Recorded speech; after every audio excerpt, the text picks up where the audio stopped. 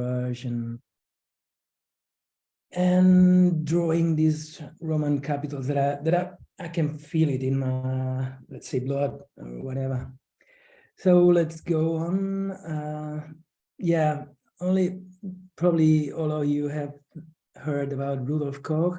When I studied graphic design, I just passed on the library in the university. They had these magazine letter art review, and on the cover of one of them, there were displayed these amazing Gospels by Koch, and I stood in front of it, kind of in awe. And I decided, after seeing that, I decided that I wanted to do calligraphy. So it's probably Rudolf Koch. After 70 years dead, he still inspires people to join the calligraphy gang worldwide. Let's go on. To me, this is very inspiring, because if I was in the studio and I start my day just writing with, I always start with the Chinese sticky ink, preparing the ink, and if I ever first write this age, probably I thought, okay, let's go for a tea. Today is not my day. But then even if I keep on writing, when I reach the M, probably I will suicide myself.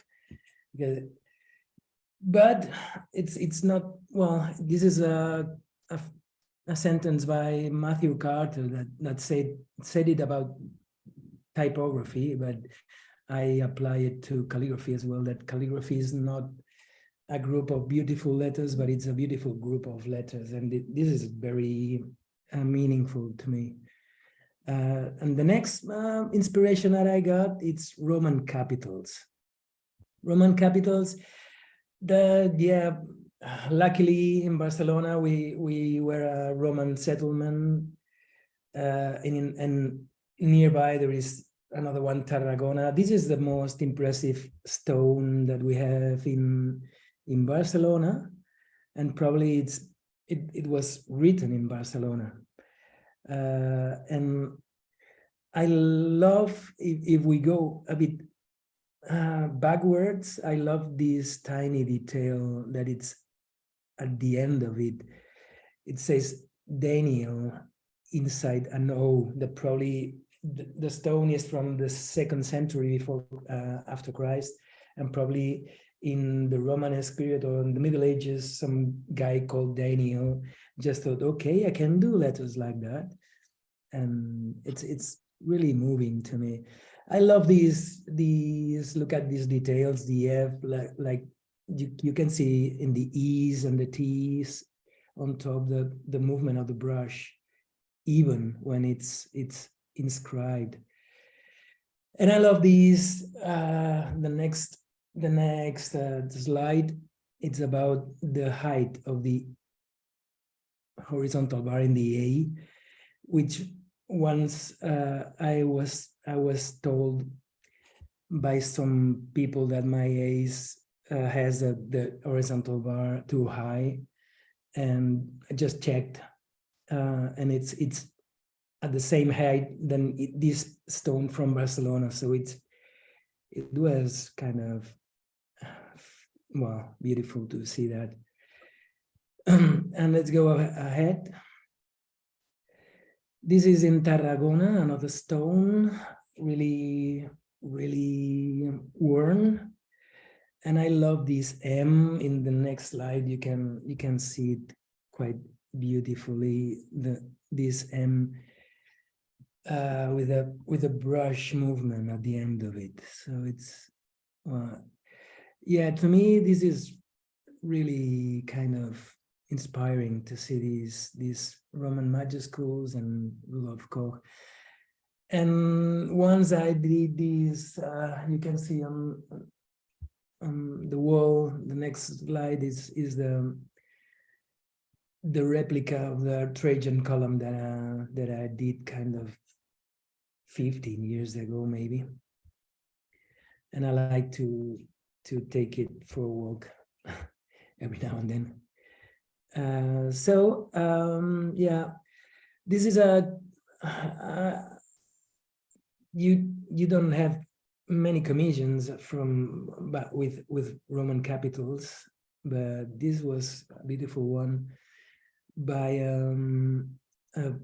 people here in San Francisco, that Korean people in San Francisco, that they did kind of artist books, and it's called Hanji edition. Hanji is the Korean paper handmade, so they do handmade paper in the traditional ways in the Korean tradition, and they asked kind of 6 artists around the world to do some original pieces, 20 original pieces, to do this Hanji edition. And yeah, working with this paper was absolutely amazing, because the paper is, wow, when you use this Chinese sticky ink, or yeah, this beautiful handmade paper, anything that you can even write on it, it would look great, because the paper is kind of really helpful. And this takes me to, yeah, when I work now, I'm working in my current work now is I call it a book of meditations. I'm just I am studying Romanesque writing from my country, from the Catalonia, the north of the Iberian Peninsula, from the Romanesque period, that is from 9th century to the 11th century. So here we had this kind of mixture between the Visigothic, that was the writing dominating in Spain, let's say, and the Carolingian that comes from France. So here in our land, it was kind of a crossroad between the both. And I'm studying these scripts, how it evolves from the 9th century to the next one, that is from the 10th. Let's go ahead.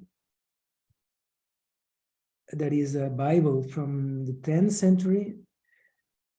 And then just studying these letters and how it comes apart from the Carolingian, even when the Carolingian Empire loses his strength. I tried to first to copy some of these passages from these Bibles, tira endavant.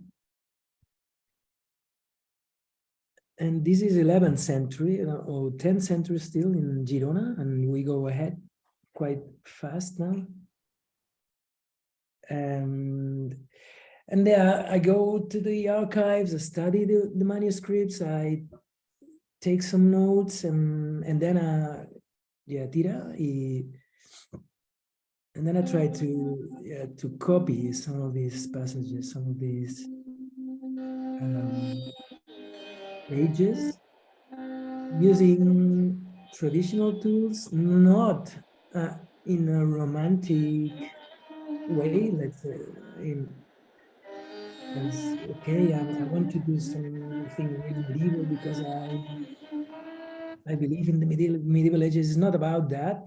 It's about it's about understanding how the letter shapes came in our land, in this case, and how to apply it to. And I'm writing a book of meditations, a kind of a book of, in a monastic way. Yeah, I close myself in my cell, tirandavan, and I try to I try to write a book as they did, yeah, to write a book and using a metal nib, 0.5 millimeter width. This is kind of A4 size. And yeah, and just using this knowledge about the letters, but the next one, I guess it's a bit of a close-up. I don't know, but no, but anyway, trying to mix yeah, some background in uncials and majuscules and italics also, but trying to write, yeah, a book of relevant text to me.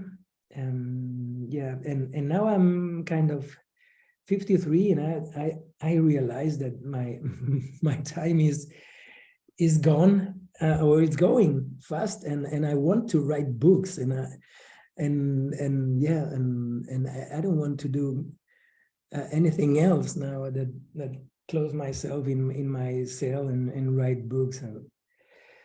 But yeah, now I use, of course, these kind of study, or this practice, because it's about practice to do other, yeah, more commercial commissions or whatever. So tirando avanti, si vols. And to me, it's, well, it's happy thing to have a computer also. And these are kind of some logos that I did, some of them more calligraphic, some others not. But yeah, I try to work as truthful or as honest as I can with what I learned from the Roman capitals, Rudolf Koch, Romanesque, etc. So to carry, let's say, this tradition and to go ahead with it. And tirando avanti. This, for instance, is a commission for a wine label, Tira. This is the original calligraphy, and the next one is the vector, the final vectors. And this is the, yeah, that's, I use RoboFont because a friend of mine uses it, and we work together sometimes, not as often as a like. But yeah, and here you can see the dots, and they wanted also a kind of, yeah, Sunny Lubitsch State Winery to go with it, with the Flamand. And the next one is the label, as you can see here. And for these people, I have done the wide range of wines that they had. And the next one, I was inspired in this case by a Dutch, let's say, letter artist called Helmut Salden. And yeah, the next one is the vectors. So you can see here how the dots are placed, and go ahead, please. And here's the label, how it goes. And this is the next one that I'm currently working now with it. And this is the original calligraphy here. And they wanted, yeah, more or less the same. So even that it seems really close to the last A in La Côte, they are quite different. And here the swash, indeed. And the last thing that I want to bore you about is sometimes I also design some typefaces. The first type design that I did was for myself. I thought that I wanted my own typeface to go with my handouts when I teach in Barcelona, to type my text with my typeface. And this is the first idea that came with a double marker in red that you can see in the background. And the next step was drawing the N with RoboFont. So this is the N. I wanted a typeface quite robust to support bad paper on cheap photocopy machines and no delicate serifs or delicacies, but to be kind of robust. So after the N, I go to the U, and to my students, I always tell them that the N and the U, they are the same letter, twisted upside down. When I was a student, my teacher told me that the U should be narrower, more narrow. So I believe it, but when I designed my typeface, I thought, okay, let's check it. So I realized that almost all typefaces that I knew, they had the same N and U, just twisted 180 degrees, the same with Garamond, Minion, Scala, Gill Sans, Helvetica, Clarendon, etc. So the next slide to me is quite relevant, because Adrian Frutega designed Universe in the 1957, and then he did the U a bit more narrow than the N. But then in 1976, he designed Frutiger, and the N and the U, they are the same. And in 1990, he designed Vectora, and Vectora, it has the same N and U. So probably it's not about having any dogma, but you just check. If you feel that the U looks wider than the N, then you need to draw it more narrow. But if not, just do it the same. That is the more logical thing. So go ahead. Let's see if Laura agree with this. I don't mind. I'm quite confident with that. So I am 100% convinced of that. It's not a dogma. You need to, with the M, I always told my students that the M is double the N, except if you want to save space. So it's about the M should not look to black compared to the N. So if the spaces inside the M look too narrow, then something is happening with this typeface. So this is a relevant slide to me, because Palatino has the M really narrow compared to the N, because Palatino was originally designed as a display typeface, and Hermann Zapf always say that Palatino is a display typeface, but everybody used it as a text typeface. So 3 years later, he designed Aldus, that is meant for text. This is the next slide. And Aldus is a text typeface. And in Aldus, Hermann Zapf designed the M doubling the N. So it's, if you want to save space, obviously you need the M to make it more narrow than the N.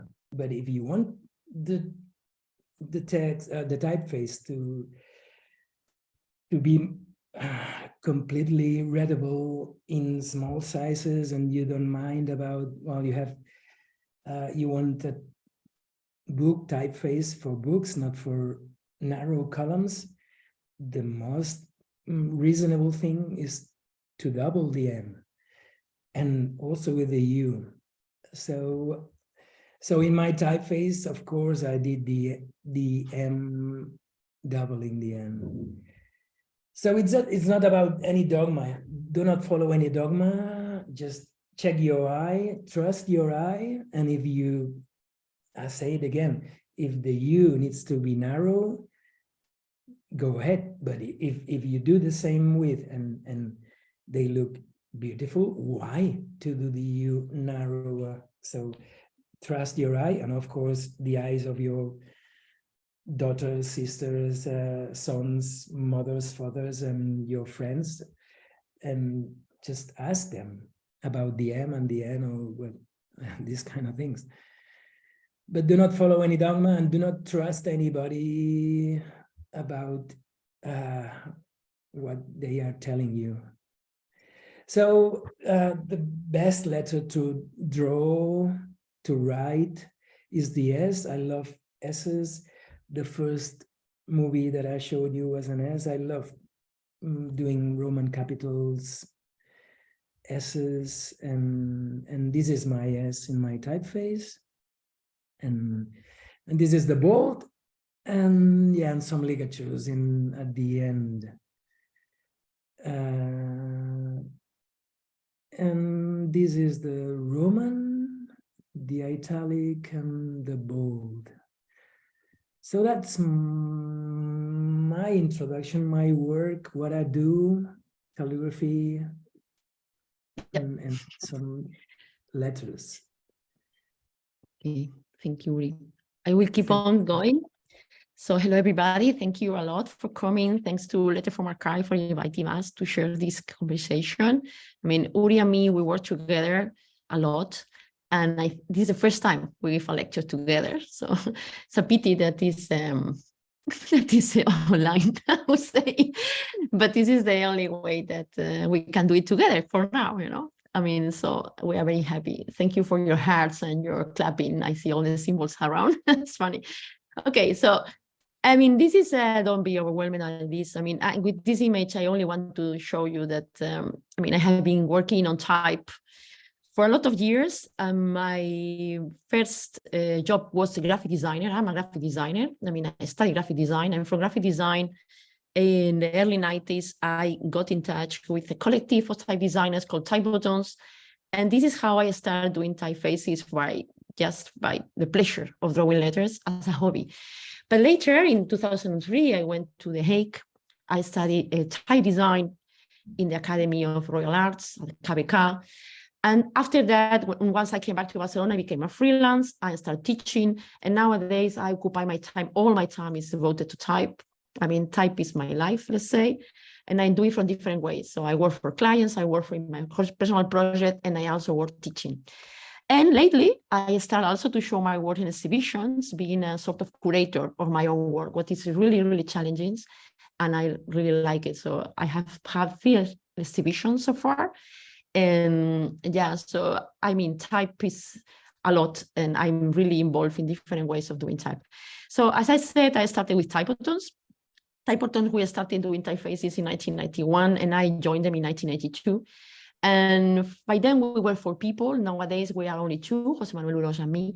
And this is my first typeface. I mean, I always like to show this image of cortada. Cortada means cut in English, because I did a typeface without any knowledge of what was type design or calligraphy or anything related to drawing letters. I only do this typeface by following the rules of a software. It was Photographer at that time, using a pen, the pen in Photographer. It was the only pen I used for type at the moment. And the other typeface I did was Frankie, that is based on I wrote Franklin Gothic. So this was my first incursion in type.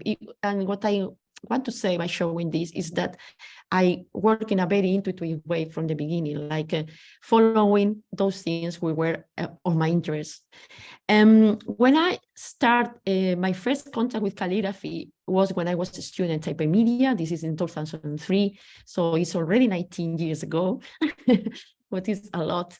But still, I mean, I remember that as something that was completely new for me. So you need to know that when I moved to The Hague, I was already 35 years old. I mean, I was not a recent graduate person.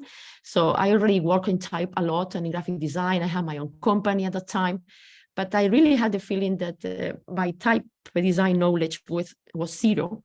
So I moved to The Hague, and then I discovered many things and many tools of doing type. So we were printing, we were programming, stone carving, and calligraphy. And calligraphy is something that I only discovered there. I never did calligraphy as a student of graphic design, something that now is very different in our schools, at least here in Barcelona. And Oriol is one of the most relevant teachers of calligraphy in design schools. When I discovered the figure of Harry Northside, I realized that this sentence that he said, that it all starts with writing. So probably you are already, you know a lot about the Academy of The Hague.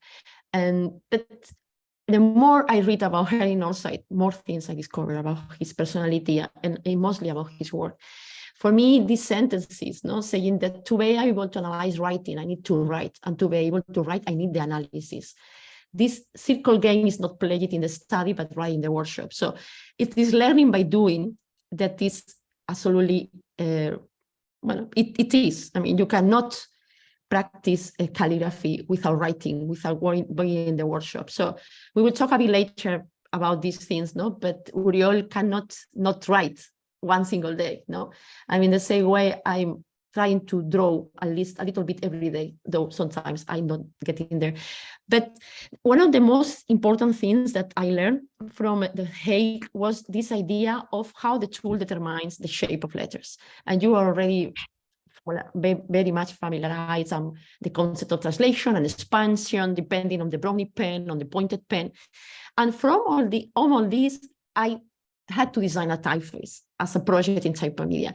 So let's say I was completely lost, absolutely lost. And it was a huge thing for me because I struggled so much. You cannot imagine how much. I mean, even though we were practicing 3 months of calligraphy before going into our sketches, I had no clue, really. I had no clue. So the only way I could try to get into my project was by writing. And since then, I got this in my brain. And since then, I'm using writing and calligraphy as the basis of my work. So this is a connection, let's say, with calligraphy and typography in my work. So when I designed Rumba, that is the project that came from Typomedia, I decided to put in practice all the things I learned. So a typeface that was done based on the brownie pen, and a typeface that was based on the expansion, on the pointed pen. And it happens to be some optical sizes and from text to display, etc., etc. And for me, this idea of having a concept behind the typeface was the first time also to do it in my life. So, I mean, this idea also thinking about a concept that can drive you to a solution of type. So for me, the process, because it was related to calligraphy, is what brought me to the result. So I had no idea about what to do, but the concept that the practice drove me. So for me, it was a full discovery in everything that had to do with type design in a way. At that time, Jan Middendorf, who is the person that has wrote more about me, he said that because he knew typotones before I enrolled in The Hague, he said that for me, it's very important what he said, because I'm very bad seeing in my work, but when people can see something on you, and it's related to this idea of mixing, I'm very, let's say, rewarded by that, because I'm always struggling with all the things I have in my mind when I focus, I start a project. So everything goes together. I see my idiosyncrasies, my sensibility, my background, what I got in The Hague, etc. No, and I try as much as possible to put myself on the projects I do. So Rumba gave me a lot, gave me prizes, but mostly gave me the possibility of design a typeface with something behind it, meaningful typeface. And since then, once I came back to Barcelona, I started practicing calligraphy with a teacher called Oriol Miró. So this is how I met Oriol Miró, by joining his workshops. So every time we join a workshop of Oriol Miró, we practice different kind of calligraphy, and this helps me a lot to understand all the styles of typefaces. how the typefaces are built, how is the style done, how I should hold the pen, how much pressure should I put on it, how are the materials. So put this idea, this of you on your sketches and later become typefaces in a way. So from this, I have been working in different ways. And one of the ways I have been working is in logotypes that I write. This is my own handwriting for a logotype. And this is another example, but in this case, done with a brush. The one before was done with a brownie pen. And with a brush, like a marker pen. And this is done with a brush. And also I do some exercise based on writing that have this idea of the abstraction of writing. The next step is drawing with vectors. And I also got this, let's say, knowledge from The Hague and the lettering in the cities. So this is also the first time I did a lettering walk in my life was in The Hague. And it was done by Françoise Bergeric, the teacher of stone carving. And she showed us which was the heritage that we have in our own cities. And since then, I'm completely hooked on that. And I keep, as you probably know, an Instagram account where I take photos of all the letterings I found in my trips. And I find them extremely inspiring for my work. And something else that I also discovered in The Hague was the work of amazing Dutch designers who were working with calligraphy and lettering, as is the case of Doan Alof, Theo Hoefestert, and Helmut Salden, as also Oriol mentioned. This is a very simple example of how I approach a project when I use calligraphy. In this case, we attend a workshop of Italic, Expressive Italic by Oriol Miró. And what I do is I just write with a pen, and from the writing, I extract different letters, and I do a sort of Frankenstein, and okay, the M from here, the S from there, and I go into digitation. I mean, I don't try to make a perfect sketch by calligraphy. What I do is to take the calligraphy as the base of my work. I'm not a calligrapher. I'm just inspired by calligraphy. And let's say that I understand how calligraphy works. And what I do from here is to correct, let's say, the calligraphy with the spacing and the proper proportions. And from this, I have been doing a lot of logotypes for different brands, for mastheads, for fashion brands, for wine labels, for products, etc., etc. But something that also has been very important for my work, even though I do calligraphic logotypes, I also do a lot of typographic logotypes. And in this case, I did a restyling of typeform. As you see in the second line, these shapes of the I Greek and the E are based on Italic, but I write. And I could never do something like this if not because of calligraphy. And the same when I had to do this kind of project with the capitals that are based on the Roman capitals as well. So all this calligraphy has an influence on my work. And yeah, this translated into typefaces, Rumba, as you said, and my azim, it was a typeface where I wanted to explore the concept of the expansion, the pointed pen. So my typefaces has been always a field of exploration of my own, let's say, my will of learning. But for me, one of the most relevant approaches to calligraphy has been to work on this project, Candus, with Christian Sarkis and Juan Luis Blanco for the HAT Foundation. And the idea behind this is to work from Arabic manuscripts. What is extremely challenging to design a typeface for the Latin alphabet based on Arabic manuscripts. So the goal of this project, the concept behind, was to propose a dialogue between the Gothic influences and the more organic writing styles of Arabic calligraphy, and the harmonization with the Latin alphabet and the Tifinagh. The Tifinagh is the alphabet of the nomads in the north of Africa. But for us, the most challenging thing was not to do something like copying the shapes of Arabic or Arabic copying the shapes of Latin. The idea was to catch the soul and the aim of the calligrapher and transfer this aim and this force and this, let's say, passion for writing into the Latin shapes. So again, The calligraphy was the starting point.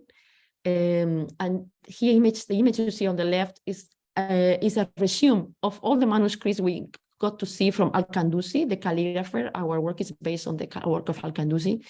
And here we extract something that is more, let's say, for books, something for lettering, and something that is completely pictorial.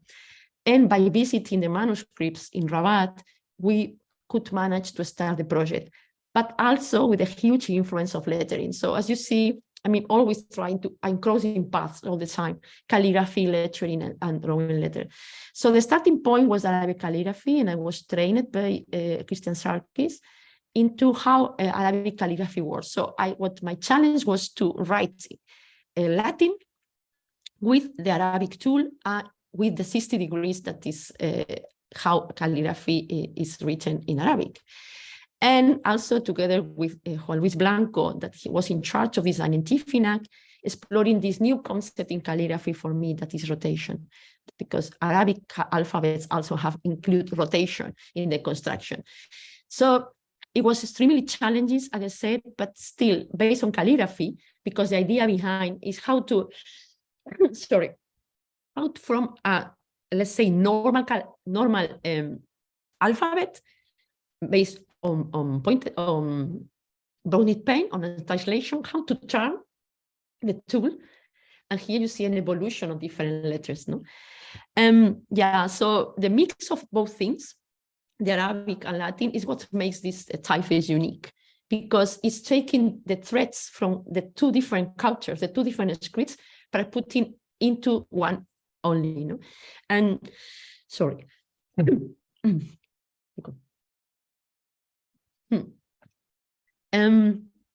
Yeah, so from all these manuscripts, we describe 3 weights: the regular, the medium, and the dark, being the most pictorial. And once the project was more evolved, I could still make it bigger by making a difference in construction.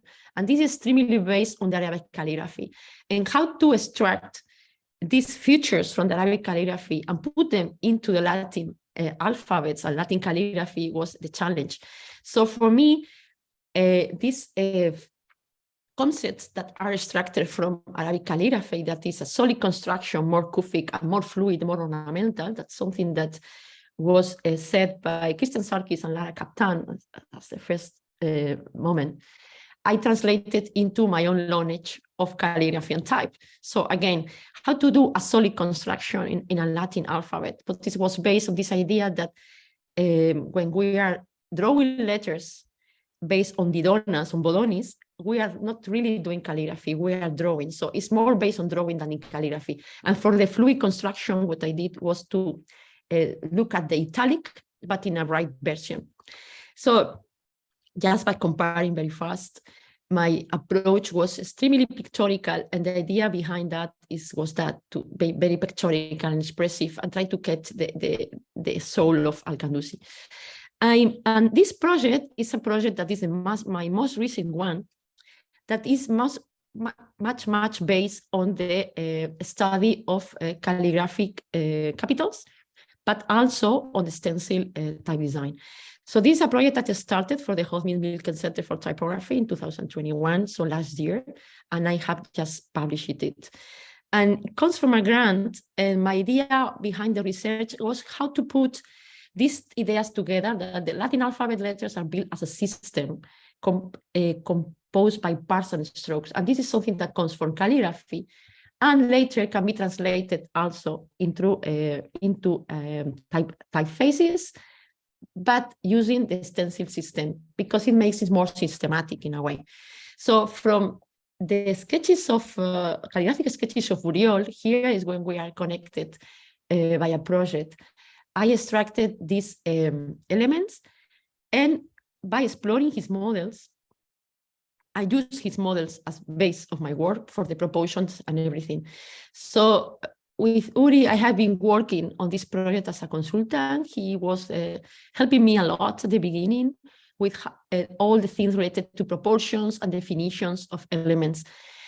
But you see, I mean, how you can relate type and calligraphy can be in many ways. But for me, this is a project that is really meaningful, because I'm using the same system as calligraphy, like repeating shapes into type.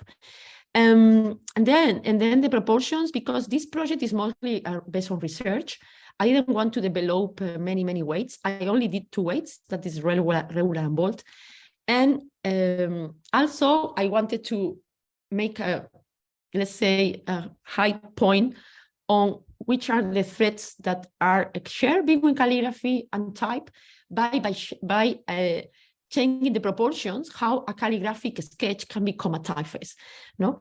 And this is my principles of design of Ella. This typeface is called Ella, meaning she in English.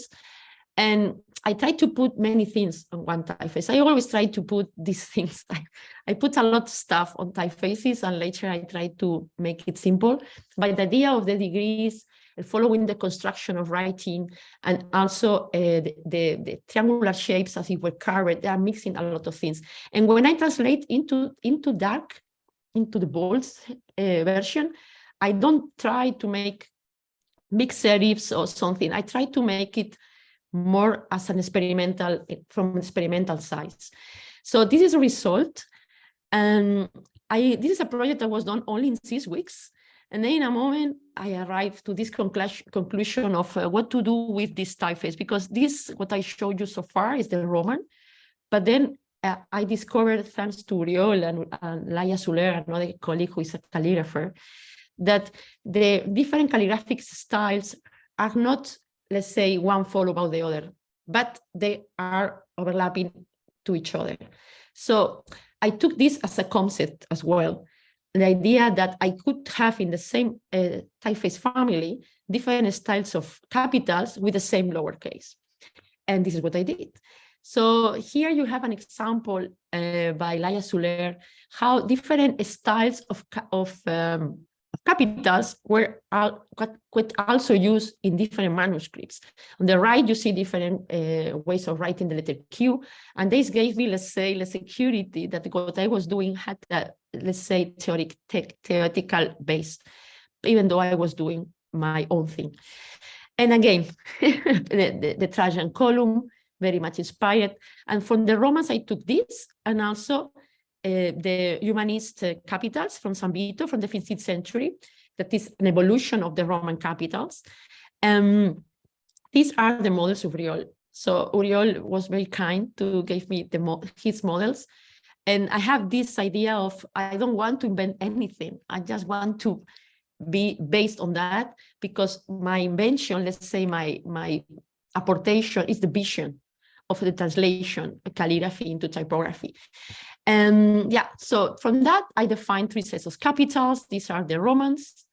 And here you can see in the base 2 examples of what is the Roman and this is the humanist. And my idea about that, you can see, it's very sui generis, of course. I mean, I always do my own thing. For me, interpretation of calligraphy is the base of my work. I don't pretend to do calligraphic typefaces, never, ever. Majusculas, and then this is the uncial, also based on the model of Oriol Miró. And what I did here was to do a different approach. What I used was this idea of how to match the Roman, but using some features from the uncial, because I thought that they were more expressive and more interesting in drawing. And I think this is the one that is, of the 3 capitals, set of capitals, I think is the one that is more, let's say, new in a way. And here you see an example of the capitals constructions in regular and bold. And this is a sample of all together already. You see here how I'm mixing the Roman capitals with the uncial capitals and the lowercase. This is a bit closer. And then finally, the uncial, the rustic capitals that are only capitals, there's no lowercase. And also, again, the models of Oriol Miró. And here, you see, I mean, I'm losing completely the flexibility, let's say, of the brush. So I'm doing a sort of abstraction. So this is, for me, the most abstract one. the letter A is the most special, let's say, because it's based on the model. Yeah, so let's say this was my initial project, but later in a moment I thought, okay, this is more like the usual thing. And I retouched the typefaces to match the capitals with the lowercase, and you see here the lowercase is slightly the same and the capitals are different. And this was my initial project, but later I thought, what can I do here? Because this is like, okay, normal. But with this idea that I like it, the rustic a lot, I thought, can I do a rustic lowercase? Is this possible? So I started in a super wrong way. That was touching the Carolingian minuscules and trying to do something from that. But I started to see that I had to break completely the model and try to look for something much more expressive. So I started with the capitals, and later I took the double pencil to sketch a bit in calligraphy. And then finally, I found a way that was pleasing me more than the full alphabet. So I took the rustic as a base for this version, for the capitals, and the lowercase a complete invention. So I'm breaking all the rules. I mean, the serif is very small, the top serif is very big. So I decided to do something most in the experimental way. And in this third line, you see how I change the shape of the carved parts, and I make it more angular. So this was the result, and these are the differences. You see in the capitals, I changed a little bit also, because I decided to do something at the beginning was called super rustic. And when I started working on the lowercase, I realized that the uppercase was not fitting very well. So I decided also to touch the capitals. And then it came this concept about brutalism. The idea of quality-based brutalism came not from the idea that it was brutal, but the idea that as in the brutalist architecture, the brutalism claims the aesthetic value of structures. And for me, these elements of stencil construction have a lot of aesthetic value. And this was my discovery when once I draw my shapes, I discovered similar shapes in architecture. And then I thought that, okay, this is something that I will stop here. The concept is done. Everything is round and perfect. And I'm going to work from that. And just to finish, something that I really like to do in typefaces, and I do a lot, is to put attributes on typefaces. And here for me, all these attributes that define brutalism are also adjectives that you can put on my typeface. No, here's the regular, here is the bold, and this is the final version of the family. And this is the publication that the Hoffman Center has recently done, and it's a beautiful book, massive, very big, that is sharing all the work of the 4 participants of the project. I highly recommend you to have a look. Yeah. So to sum up, this is more or less my way of working, is mixing calligraphy with drawing, with lettering, and getting into toy design. Okay, so this was my part. And now we have a tiny part together where is when we're going to share a bit of dialogue, the two of us. And everything is calligraphy and everything is tag design. So for us, the borders are not, so we are mixing everything, as you can see. And because we have a kind of same philosophy, we can share this talk and we can share our thoughts together. So the other day when we were preparing this presentation, Uri made me notice this from Hermann Zapp, no?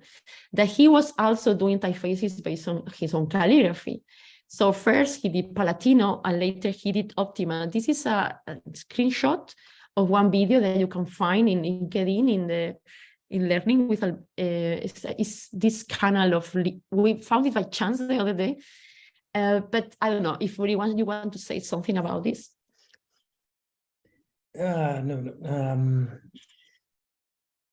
Yes, that Hermann Zapp always tell people that Palatino was his calligraphy. So yeah. for us, for you, Laura, and for me, the kind of these borders that many people ask ourselves this question: what is calligraphy? What is lettering? What is type design? So it's all well, the borders are not that clear to me. In the end, I don't know. How about you? Yeah, Sally. I mean, this is the idea that I mean, I cannot. I would say, okay, again, I think I could not do the typefaces I have done in the last, let's say, no, 7, 8 years, probably, let's say 10, without my practice in calligraphy. It's completely impossible. So even though as I said, I'm not pretending to do typefaces based on calligraphy, calligraphy gave me the clues to build letters in a way that are, let's say, harmonious and why not beautiful. And without this knowledge, I could never do work in lettering. I could never do work in type design, because as you saw, my first typefaces were done as an exercise of drawing without any knowledge. Only when I went to type media, I could manage to understand how type design works. And this is for me very important, because all the things I can, let's say, see now after 30 years of working, is, I mean, I think it's relevant. And Oriol and me, we share a lot of things that are common in a way. So here, when Oriol was showing this typeface, Aurea is his calligraphy, and Candus is my calligraphy. Because I remember when Alice Awa wrote a beautiful text about this project. And this idea that when you can make typefaces recognizable, it's the same thing as calligraphy. When I see calligraphy, I recognize the calligraphy of Oriol. I mean, he has his own way of writing, and I have my own way of doing typefaces. And I think this is something that is really difficult to achieve, no? To have your own way of expressing what you want to say through writing or through type design. And I think this is something that we share. And let's say that our hands are here, our ideas are here, and our feelings are here. I don't know, Oriol, if you want to say something about that. But when we are drawing, as Oriol showed before, this is a translation of your writing. It's not that you are doing something different. It's a translation of your writing with another tool, right? Yes, but indeed, as I showed with this typeface Aurea, I started with only the N in calligraphy. So, and it was a kind of really rough double marker, like chuck and chuck, and then over it just drawing those block serifs or whatever. So it's the thing about calligraphy or type design or whatever, or in a way, when I use rubber font, even if I use rubber font, to me it's like I'm working by hand in a way, because it's another tool. It's not a pen, or it's not a brush, but I use it in a, let's say, crafty way, just using your knowledge to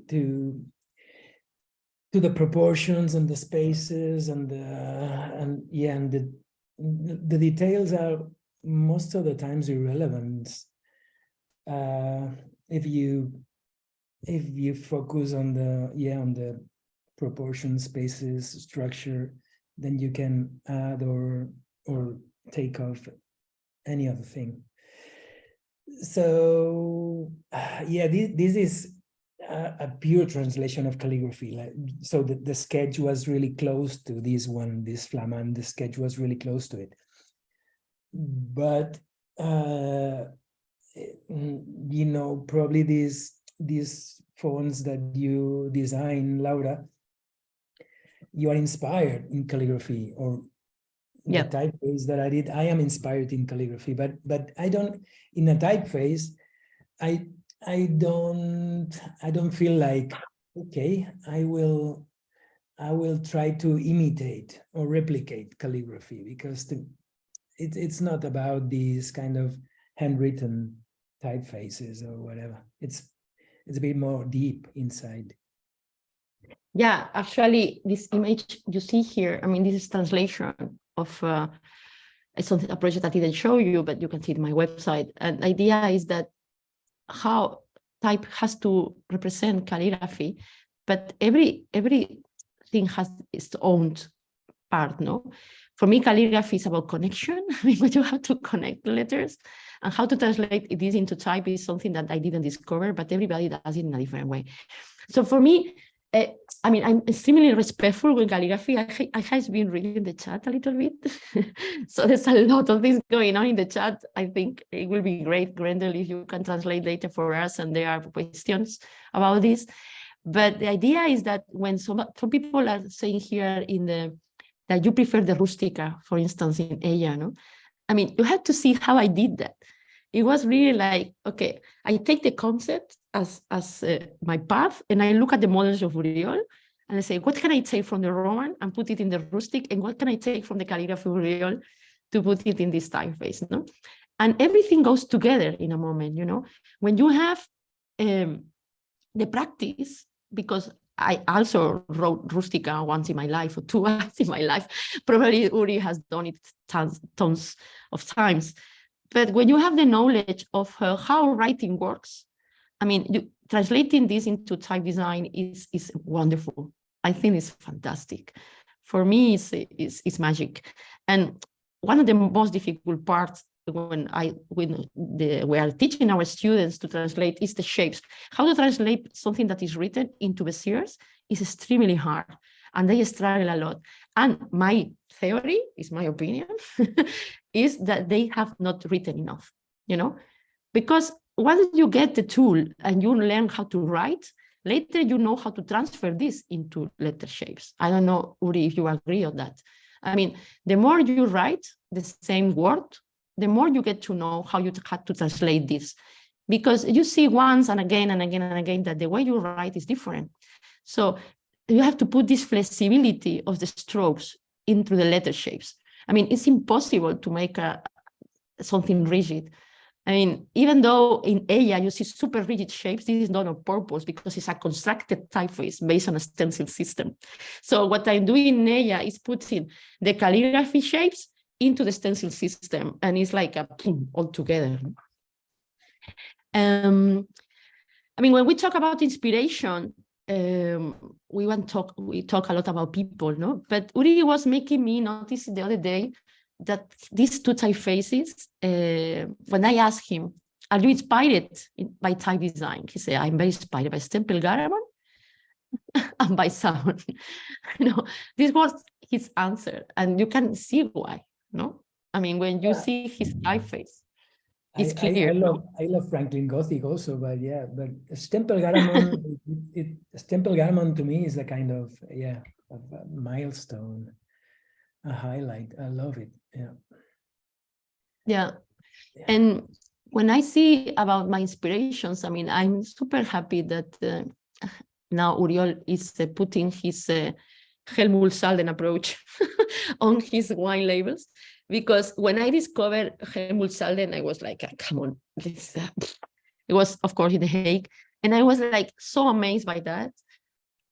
I couldn't believe it, you know, I couldn't believe it, that someone could put this enormous, let's say, power, no, in these letters. For me, I mean, I don't know. I mean, Oriol knows more about other artists that probably had to reach this level, but this capability of expression that are in these letters, for me, is very difficult to achieve. And look at here in Boyskin, no, this ligature between the E and the S, no, I don't know. And on the right is this Madonna Laura, Madonna, but I mean, how he could write all these different styles and translate these styles into drawings. I mean, this is a master. I mean, this is what a master does, you know, what you can translate any idea into any kind of script. This is my idea also of what Uri does. No, he can approach any style of calligraphy because writing is part of himself. No? I'm also inspired by house industries a lot. Let's say in terms of lettering. I mean, I had the honor to meet the people of house industries when I went once to TypeCon in Rochester in 2001, and I met the people of house industries, and I was really amazed by the work of them. And later, when I finished Type Media, I had the opportunity to work as a freelance with house industries, and it was incredible. I mean, the knowledge I got from them was also very important. And I think that when you have the possibility to learn from people who has this, let's say, abilities, is extremely important. So also my teacher was Fritz Meijers, and Fritz Meijers came to The Hague as a visitor professor. Because he got the Harry Oswald Prize some years before, we were in charge of mounting his exhibition.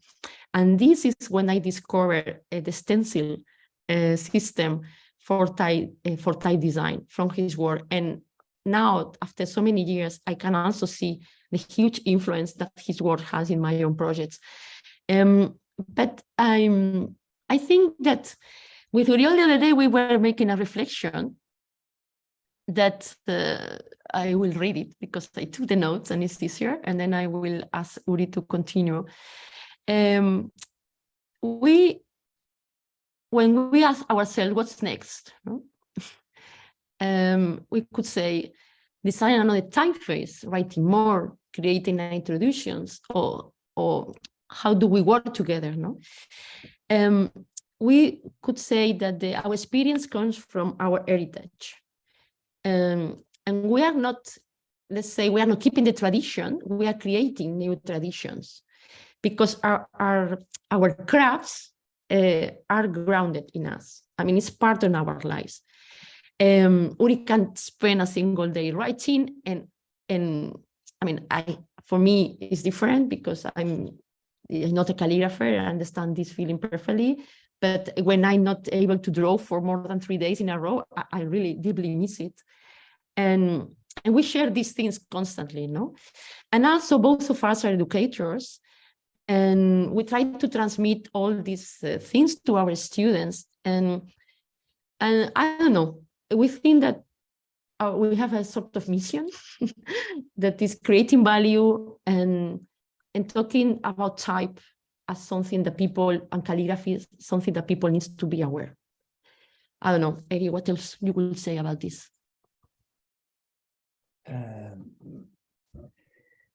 Me, you mean? I don't know. I mean, this is our final part. So after this, we will have questions. Maybe we have questions and we can answer better. But this idea we talked, you and me, the other day about that we are creating new traditions. Maybe you can expand this. Yes, as you said, you have this tipo G course in type design in Barcelona, and me, we have these general course in calligraphy for a whole year also. And well, in a way, we are kind of very passionate with our job or with our work. And yes, again, I got really angry when I spend the day without writing. So to me, it's a kind of passion, but also it's about taking forward this heritage in not in a repeat, not in a romantic way that okay, let's write like they did in the old days, or let's do letters that resemble the same painters from the 50s. It's not about this romantic thing. It's about, okay, take all this knowledge, all these studies, going to archives or looking at manuscripts, looking at stones, and take it a bit forward, a bit ahead of it, not standing on these shoulders, but carrying it forward, in my opinion. Okay. We have a message from Grendel saying that we have 5 minutes, and I think we are here. So Grendel, I will stop sharing the screen, right? Okay.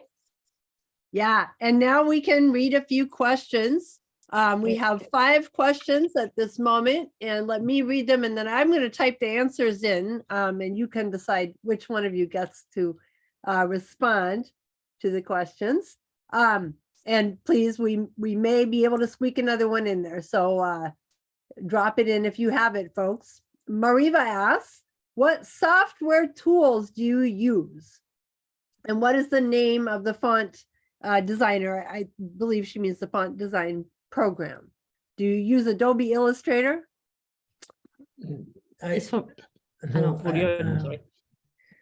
I work always with just even to draw a logo type. I have I use RoboFont. I have a file in RoboFont that it's not single letters, but in each case there is a logo type. So I draw in RoboFont in type editor, let's say. How about you, Laura? I mean, I hate Type Illustrator for drawing, to be honest. I mean, for me, it's a tool that is now when we teach, and the students, of course, they have not entered into edition programs of type design. They draw with Illustrator, but it doesn't matter. I mean, I draw in glyphs mostly because I find that it's very handy for me. But I also work in RoboFont. I mean, I started with Fontographer, and later I went in FontLab. So I mean, we adapt. We talk about that. That if you have the knowledge, of course you can draw with Adobe Illustrator, and it's not a thing of the program that you are using. It's about knowing the thing that you want to draw. That is a great answer. Knowing what you want to draw. Okay. As anything in life, I mean, you need to know what you want to do. Okay. Mariva also asks, why is designing an S challenging? I don't know if it's challenging or not. To me, it's boring to draw sans serif L, for instance. So if you love drawing, if you love cooking, you don't like to cook something simple. So you want to challenge yourself. So yeah, the S, most of the letters you can relate one to the other. Yes, you make a family or whatever with these the P and the R and the V and the Q, the O, the H, the E, the L. So most of the times you do these kind of family things with the letters, but then you get the S. So the S to me is kind of, wow, the S is like the diva, the Maria Callas or whatever. He's the, I don't know, the Michael Jordan or whatever. So if you have it's beautiful, it's sexy, it's a snake, it's many things. The S is beautiful. Yeah, and if you love drawing letters or doing calligraphy, Roman capital S is kind of, yeah.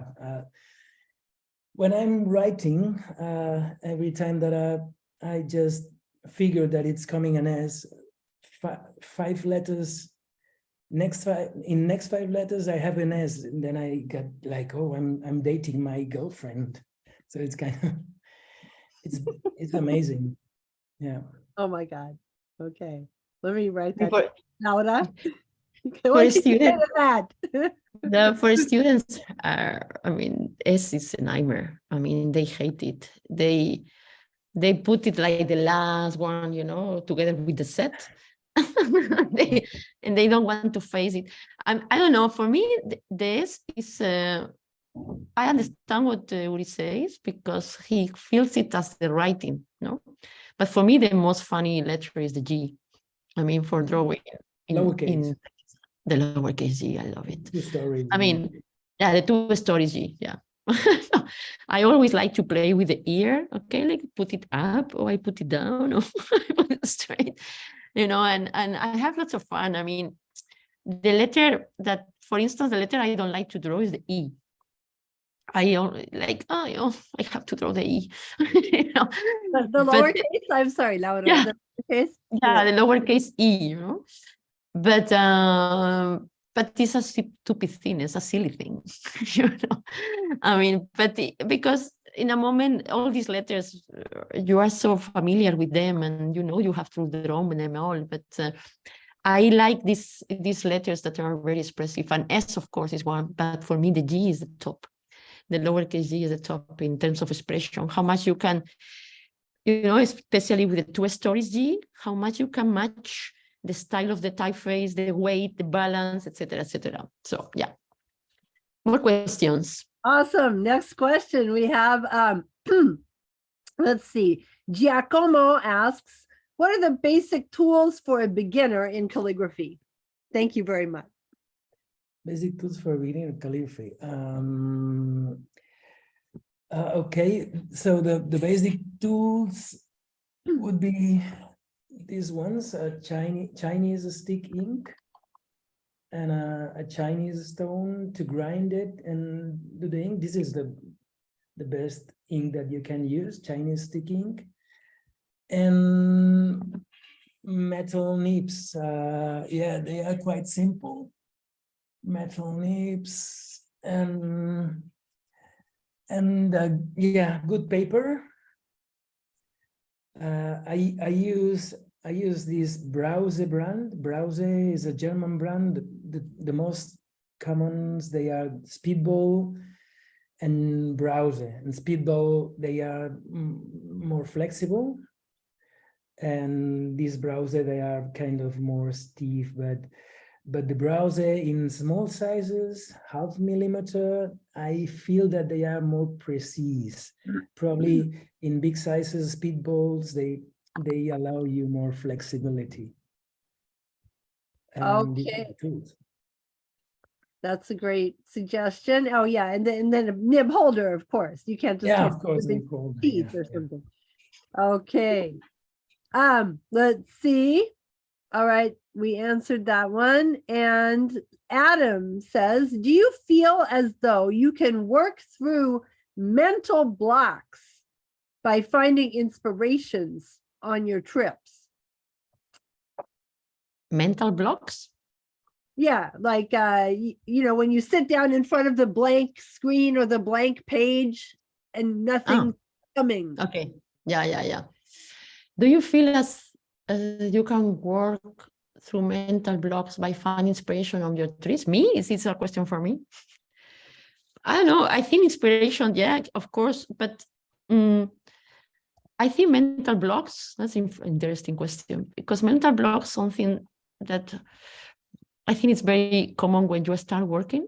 I mean, at the beginning of your career, because you think that inspiration is something that has to come to your brain like there, you know.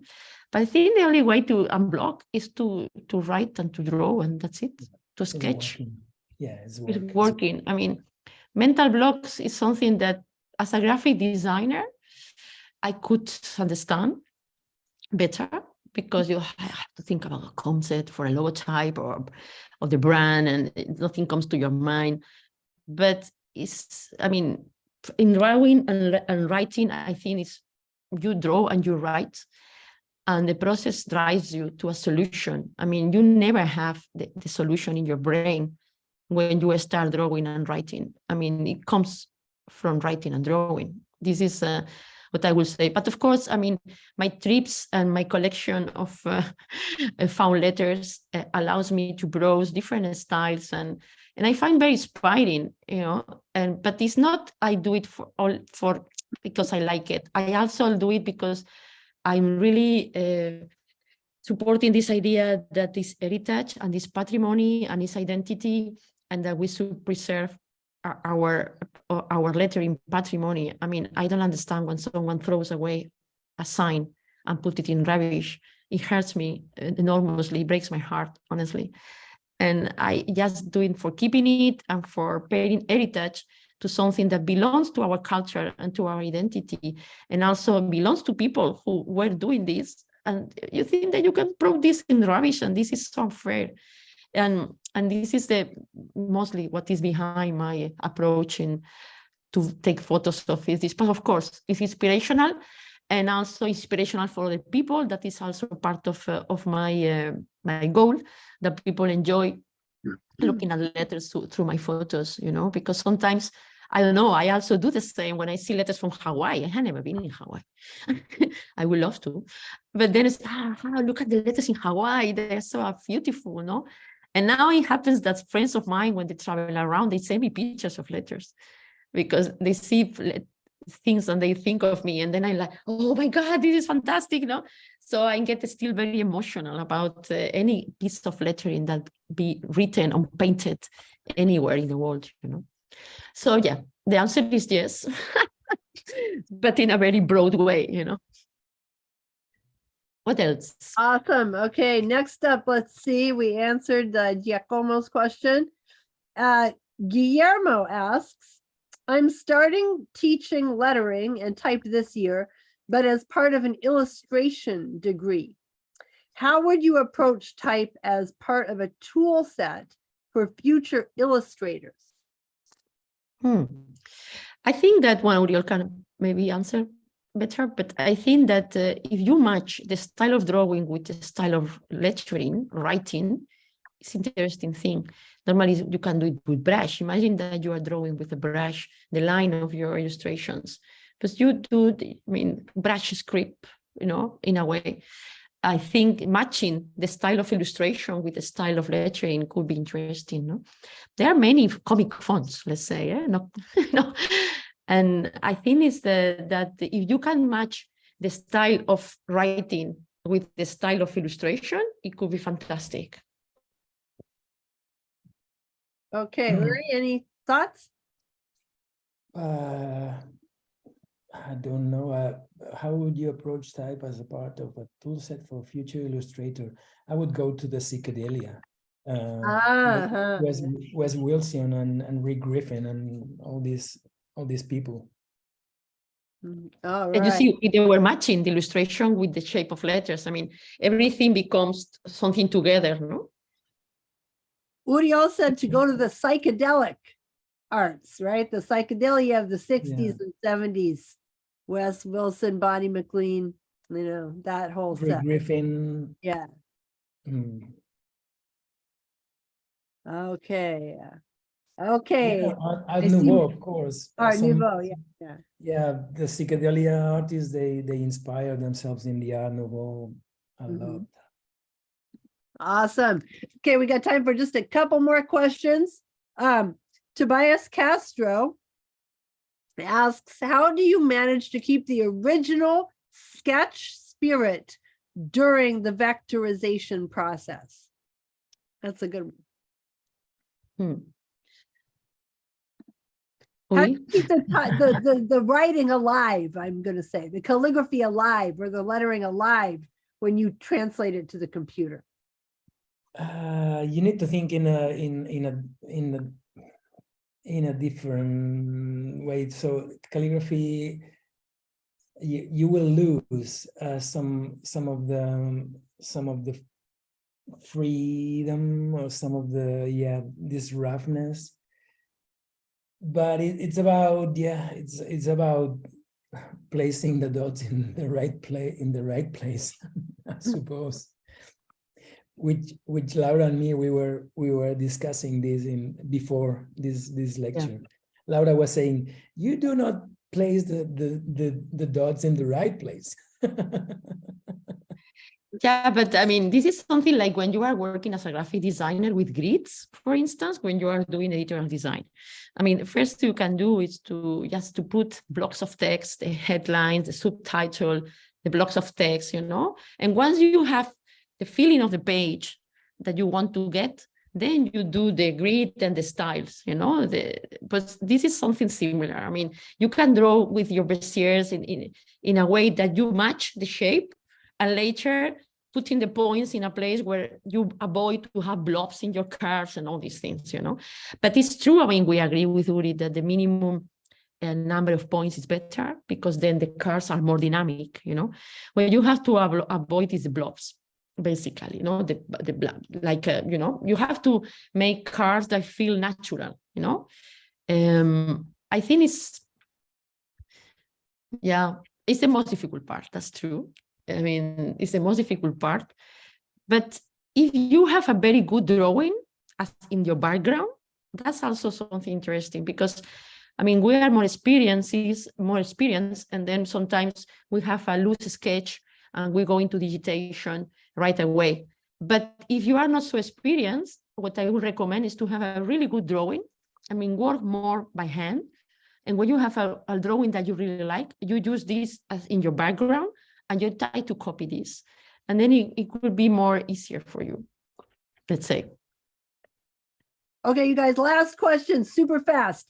How did you get interested in type? Oh my God. In I what mean, way?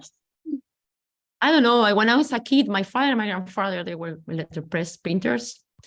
And later I got completely hooked in type when I started working as a graphic designer. When the first boss I had, he was drawing letters by hand, sketching the titles of a product or the title of a magazine. And I was completely hooked on that. When I saw someone drawing letters, I was completely hooked on that. And I thought, oh my God, what is this? And I was at that time, I was in charge as an assistant of going to the letter set archive and try to find the letters that were matching the sketch of the art director. And then, okay, this is similar. Oh, maybe, okay, Cooper Black looks similar, okay. And then by mounting the masthead or the logotype, I learned how to space letters. And I was also working with the ReproMaster. So this is how I enter in type, you know, by discovering that someone could draw letters and working with it, you know. So for me, type became, I mean, the most important thing I learned as a graphic designer, as a student, you know. And this is how I got interested, because I found that it was the pillar of everything, the most important thing. At least this was for me. Awesome. Uri. What's the question? How into type design? Well, In type, how you interested in type? In type, yeah. When I was a drawing kid at school, and I draw letters and titles for the works. And when I discovered, as I said, when I discovered Hermann Rudolf Koch, it was like, whoa, I want to do that. So I went into it. That you found your influences right there, and then that was it. Yeah. Okay, everybody, that's it. Thank you so much for joining us today, Laura and Uri, and everybody in the audience. Thanks for sticking around and giving us such great questions. We look forward to seeing you in 2023. Yeah. Ciao. Okay. Happy Christmas. Thank you very much. Happy Christmas. Happy New Year. And thank you so much. And I would like to have the chat if possible, Grendel, because we didn't have time to read it. So, but no, you'll get the chat. Everybody who signed up for the lecture too will get the chat and the Q&A along with the video. Super. Okay. Thank you so much. Thank you, everybody, for coming. Thank you. Good night. Gracias a todos.